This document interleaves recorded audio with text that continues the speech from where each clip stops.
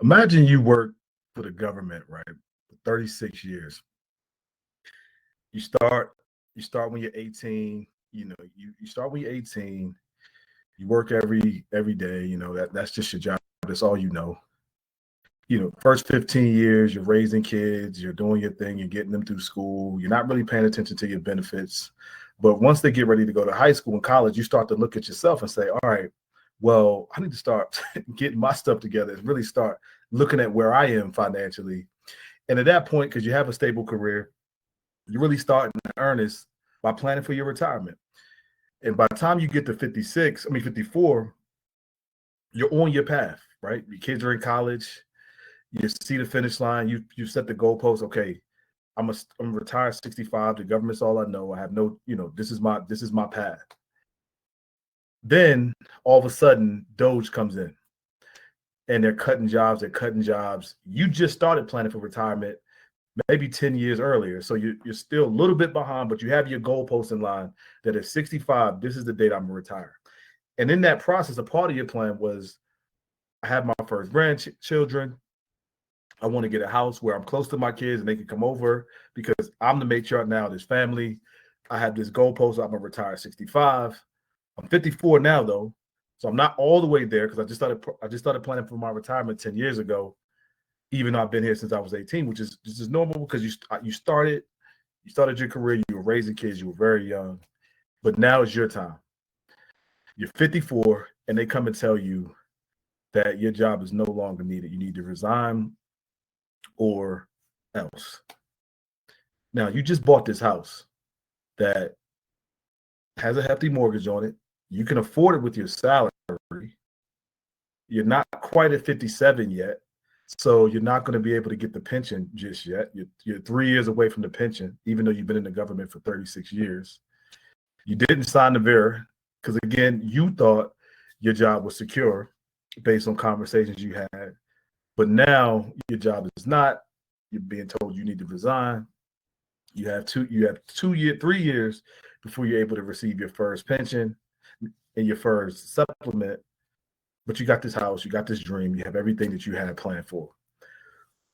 What do you do in that situation? That's a conversation that I just had with a lady last week, and the motivation behind this webinar. Because as you can probably imagine, this lady was very distraught. She didn't know what to do. She was beating herself up mentally. She didn't feel good. She was blaming herself. And I'm going to tell you what I told her. I said, look, you've done well. You've made all the right decisions. You thought you were going to be retiring when you're supposed to be retiring.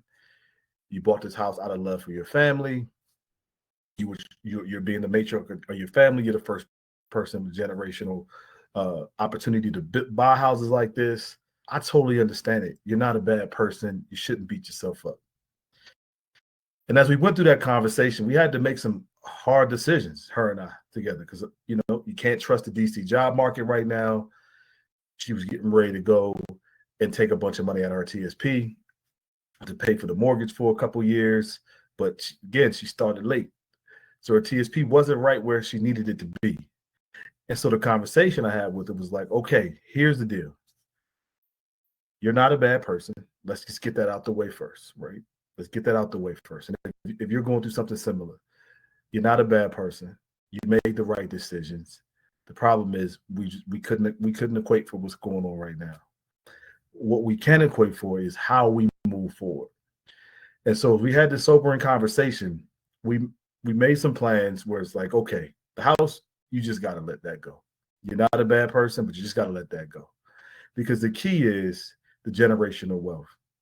The key is the mindset for her, and the mindset for you is, in these moments, it's easy to get stressed.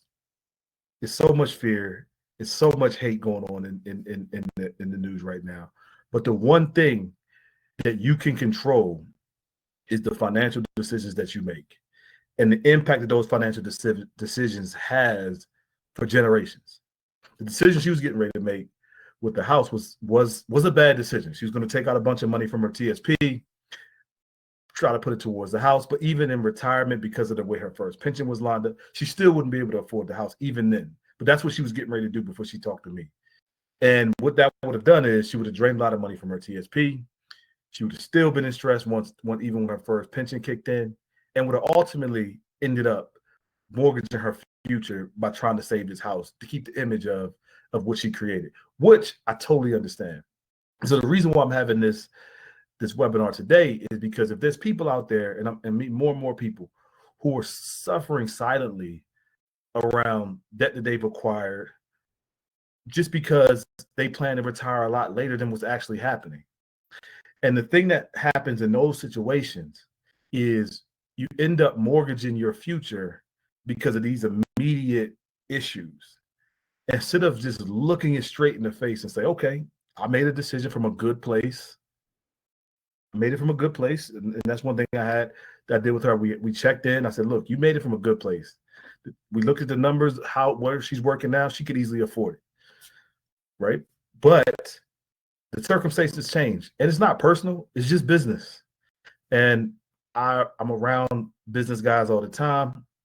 And when people are doing business, you make bad deals and you just move on. But it's easier to do that in business because that's the mentality, right? You make money, you lose it. But one thing that you don't do is you don't hold on to a bad deal longer than you need to, because it affects the next situation. And so I felt like I want to have that conversation with you all tonight, because you might be in a situation where, because of all the sudden change, where you're thinking, oh man, I bought this house, or I promised my kids I will do this for them, and well, I've been taking care of such and such, and you just can't do it anymore.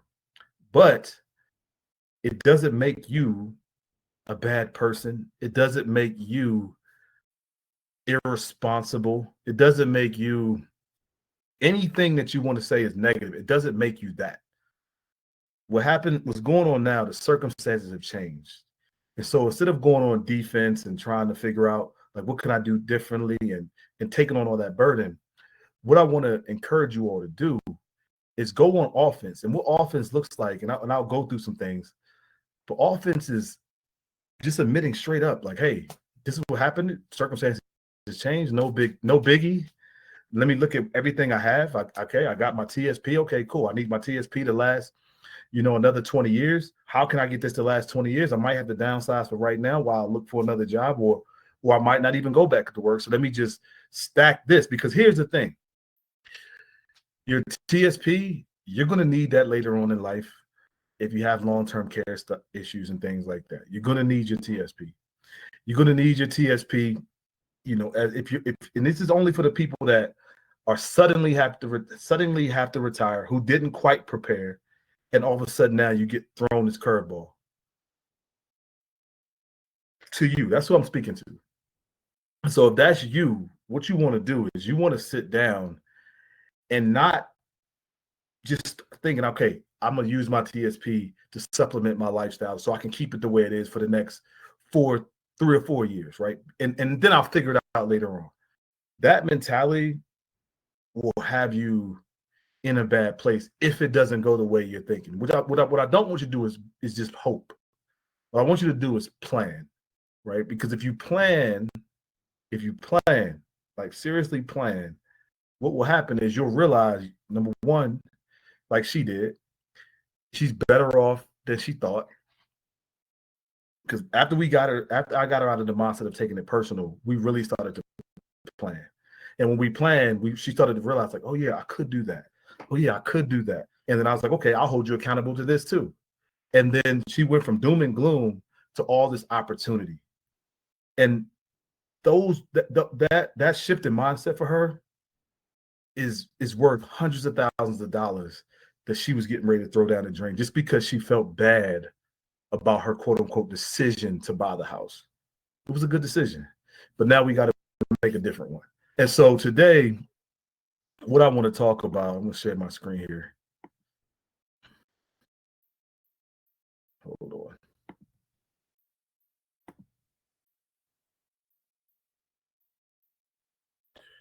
Today, what I want to talk about is just with all this uncertainty, you gotta start going away from survival to significance. Like this is a key period in time where you have a choice, and it's a personal choice to go from survival to significance. Survival has been something that I know in our culture that we've just embraced a lot, and it's got us through a lot of stuff. But now at this point, we have to start looking towards significance because at the end of the day, we have an opportunity to create things for ourselves and our families that we've never had before based on the resources that we have at our disposal at this point, both individually and collectively. And so we could get more people like yourselves to move from survival to significance. We're having different conversations. Like the conversation I was having with that lady, she didn't have much, but once we switch from survival to significance, our creativity together started coming up with ideas that existed in her world that she didn't even think about. But to us together, we created that, and immediately her energy shifted.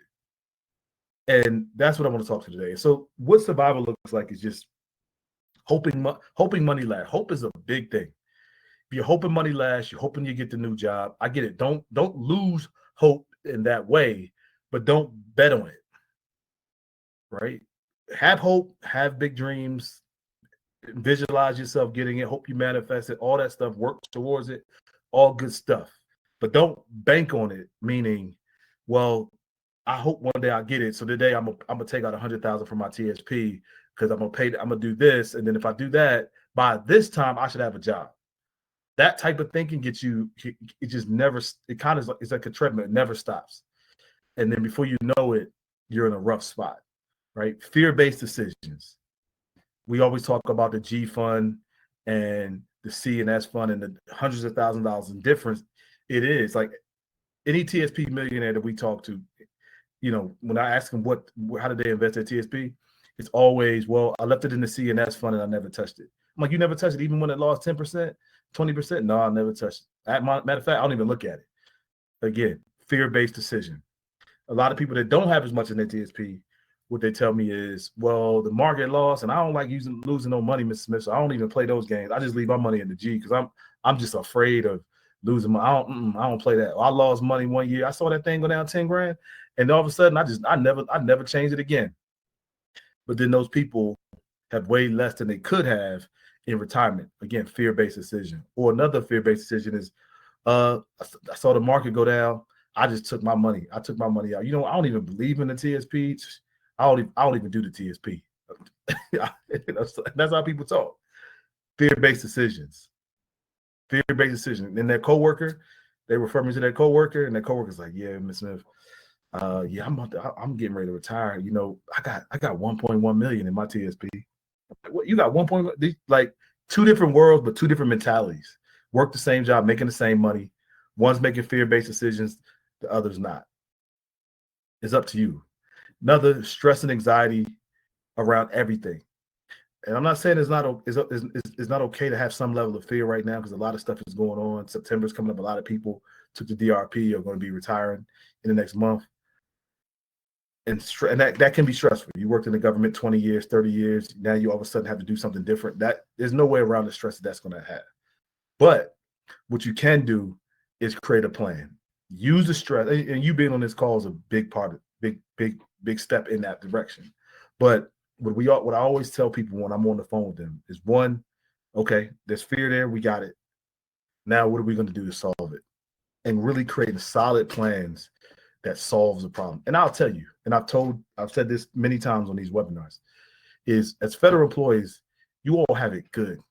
Everybody on here, for the most part, going to get a pension. You're going to get Social Security, and you're going to have a TSP. That is so rare. The reason why they're coming after federal employees is because, quote unquote, y'all benefits are a waste of money, so to speak. But that's not the case. It's a small percentage of the budget. But this is the reason why they're doing it. And so, because you all have such a good benefit package, take advantage of it. Strategize around it. Ask questions around it. Because once you retire, there's no more, for the most part, there's no more money coming in outside of the money you already have. And so And there's ways to continue to grow that money. I sit with people every day pretty much who are retiring, and the conversation is, and I love having this conversation, especially with people like myself, right? I love saying, what you going to do with all this money? And they're like, well, I guess I could help my grandkids. I guess I could help my kids. I've always wanted to, but and before that conversation, they didn't think that stuff was possible. And so what I want to get you away from is the stress stuff. I get it, but let's move towards strategy and how we reduce our tax savings, how we beat inflation, how we pass money on with no issues, how we grow who we are, how we invest in ourselves and our own self-education. I love talking to people who say, now I'm gonna retire. I think I'm gonna go learn some things. And they talk about what school they want to go to learn this. Let's start having those conversations. And if you want to have them, I love those conversations. So moving from survival to significance, because this is the time period to do it. Because this is what else is there to talk about? This current climate is showing you that at this point we have to become significant on our own in our own communities. And I don't, if you don't see that, I don't know what you need to see, but it ain't nobody's coming to save us at this point. And so we got to have those conversations. And that's why I do these webinars. That's why I started Fed Legacy in 2009, because these conversations matter to me and you all have that opportunity. And so that's what I wanted to talk about today. And then the last thing is, when we're building out your plan, going from stress to significance, you want to have a framework in place. And you could do this yourself. We obviously help with it too, but you want to have a financial house in place. And again, it's a metaphor, but it's a metaphor that works. And we've seen it work over and over and over and over again when it comes to people who retire on time and with confidence. You want to have foundational money. You want to have money that's set aside, that's safe money. It's for extra income if you need it. That money needs to be put aside in a place that is safe but can still grow. That money needs to be there, because that's the money that if a financial emergency happens, you're not tripping. You have peace of mind because you know where to go get it. Very, very, very, very important when you get into retirement, because what I noticed is in retirement, it comes with a lot of anxiety just because you're not working no more. There's no new money coming in, and so any emergency can seem dire. You want to know where that money is going to come from and for what emergencies. And we could talk about that, but some of the key ones is medical emergency, family emergency, subtle inflation increasing, and you're like, whoa, this is way more expensive than it was before. And all of a sudden, you're like, I need more income. Those are the main ones. Then the next aspect is the walls. The walls is just like the house. You want to insulate yourself from all outside factors. The outside factors that impact most federal employees is improper tax planning. Tax laws change. All of a sudden, you owe the IRS more money once you get to the RMDs, or you have an X amount of money that you want to leave your kids, and then all of a sudden, you pass on. Now your kids are stuck with this huge tax bill, and they get way less than you thought they were. Those are big problems that face a lot of people. The next one is inflation. Inflation has been has been crazy the last couple of years, and they're saying with these tariffs, if they expect inflation to creep up in a significant way. Whether it's they call it inflation based on the technical term, because they're, of course, certain people don't want to admit defeat, or just flat out the cost of things being higher just because of the tariffs, which is inflation, but they might not label it as that, right? If you're just a person that watches the news. And so the cost of things are going up. And so you want to make sure that as the cost of things are going up, your money's going up. And so one of the examples I use is 5 years ago, I could write in when I'm doing our retirement analyzer, I could write in what health insurance would be if a person was single or married. Because I just knew it was either $200, around $200 a month if they were single. It was around $400, $400 to $500 if they were married and they both had FEHB in retirement. Now, that number for married is double. For married couples, it's around $800 a month is what married couples are paying. And for single folks, they're paying around $500 a month, $400 to $500 a month is what I'm starting to see. Again, health costs just have gone up through the inflation. Health insurance, people are paying more. That's an example of how inflation works. And because of that, if a person retired early 2000s, they're still on a fixed income, right? They're getting their pension. Yeah, they get the cost of living increases, but the cost of living increases don't really match true inflation. And so, what does that person need? That person now needs to go in their TSP to take more income out, or take some income out if they weren't taking it before, because inflation is getting them. And so, what you want to do is make sure your money is increasing with inflation, or at the minimum with inflation, but you want to be outpacing inflation ideally, so that you're just living off the principal, which is a whole nother conversation. And then the last piece is the roof. You want to make sure that with the stock market in years, because most years the stock market is positive, and the stock market is giving, 10, 12%. The C fund has returned 13% over the last 10 years.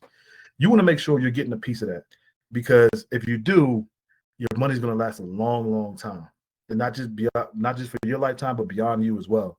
And so you want to make sure that your money is continuing to grow, a portion of it, not all of it, because you do have some fluctuation in the market. And when you're retired, you don't want to be dealing with that stuff, but you want to have a portion of your money set aside so they can grow.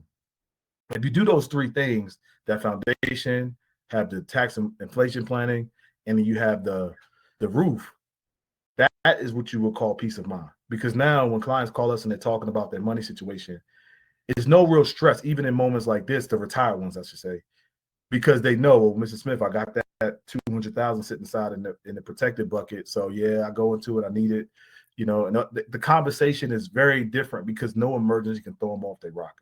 And so the thing I'm talking about tonight is peace of mind. I usually go into much deeper detail on this stuff, but today I just wanted to hope and pray that you all keep your mind healthy in moments like this as it gets stressful going into September, because you have options as federal employees. You have a good benefit package. If you're having to retire early, don't take this stuff personal. Just get to work on what the solution is. And so with that being said, I want to open it up for questions. If anybody has any questions, we'll get back into some TSP trainings and stuff like that next week. But if anybody has any questions or things they want to say, just make sure you put it in the chat, and you can ask questions about anything. You can ask questions about anything. We could talk about it tonight. But I just wanted to get that off my chest today about the peace of mind.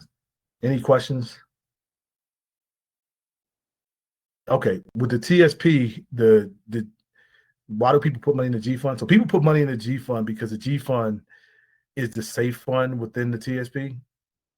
And so the safe fund within the TSP, and that's the only what you call the safe fund. So the TSP, the G fund over the last 10 years has returned 2.4%. And so people put their money there. Now, again, what I was talking about earlier with inflation, you won't lose money in the G fund. But the thing about the G fund is you lose what's called buying power.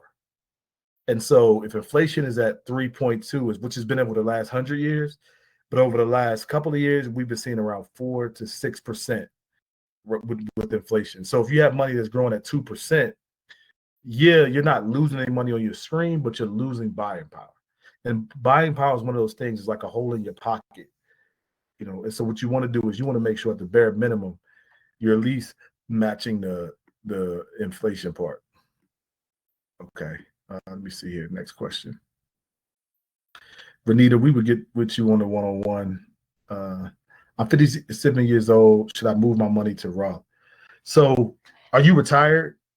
Are you retired, Renita? Because I want to answer your question, but I don't know if you're retired or not. Okay. So you cannot move your money to Roth since you're not retired yet. What you can do is you can contribute to it, though. You can contribute to your Roth right now, but you can't move it. And the question of should you contribute to it, you should absolutely start contributing to Roth. What Roth does is Roth puts the money, you pay the taxes now instead of later. And so, it's like if a person started putting Roth, and I use this example all the time, I have a client, he just retired, and he started putting, Roth became available in 2012. And from 2012 to now, he was putting money in the Roth. And so by the time he got to his retirement age, he had 400,000 in his Roth. And because he had the 400,000 in his Roth, he was able to give each of his kids checks to pay off their student loans, right? Because all the taxes were paid on it, so there was no taxes owed. It wasn't a taxable event in his retirement to drive his income tax up in retirement. So all that money is yours once you put the money in the Roth. So Fernita, it's definitely a good idea to start contributing to the Roth, but you can't move the money you have in TSP to the Roth right now. You can't do that, but you can contribute to it. I'm retired. What do you think of? You didn't finish that question, Michael. Oh, I guess what do you think of I? Is that what you were saying? What do you think of the I fund? Hold on. The I fund. I mean the I. Oh, I'm retired. What do you think of the L fund? Okay. The L fund is good. The L fund is good. It tends to be a little too conservative for the age range in cases, just because when they design them for people that don't have pensions. And here's what I mean, Michael. So when you have life cycle funds in different types of accounts, whether it's Charles Schwab, Vanguard, any of those places, or even regular 401ks, oftentimes they're investing the money as if the person's going to use that money for income. So, for example, the L 2025 is going to become the L income, right? And so in the L 2020, because that used to be a thing, became the L income. And so what happens is they invest in the money as if eventually you're going to take this money as income, all of it. And so it tends to be very conservative in that aspect. So you have a lot of G fund investment. The closer it gets to whatever the date that you have as your fund, your L fund. And so I always say federal employees, majority, are not going to use their TSP for income. The lion's share of their TSP for income. Maybe some income, but not all income. And so those accounts are invested as a way as if as soon as you retire, you're going to start taking, let's say, $3,000 a month from your TSP and using it all as income. So they tend to be a little bit more conservative than they need to be. But if you push it out a couple of years, you'll find good balance there. But then there's also other IRAs that you can do, Michael, that will give you the right balance. I hope that makes sense. Dominic, you said where should you go with the foundation money? It depends, right? You could do different annuities. There's a bunch of different fixed index annuities that are good. You could do different ETFs, like Vanguard has some different ETFs. You could do, and those are two good ones, annuities or ETFs, like Vanguard ETFs are good. And what you want to do also with that foundation, but with that foundation money, what you also want to do is you want to make sure that wherever you move it, you also have a tax plan in place as you do it. And because as federal employees, like I mentioned, you're more than likely not going to be using that money. And if it's you're not going to be using it on an annual basis, let's just say. And so what you want to do is you want to make sure that before you get to 74, that's required minimum distribution age, that you're taking the taxes out early, because your taxable income will be less as soon as you retire, because your tax bracket is going to drop a ton.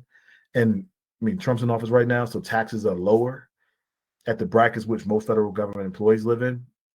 So if you pay those taxes now, you'll save a ton of money in the future, rather than if you just let it sit in an account and then grow.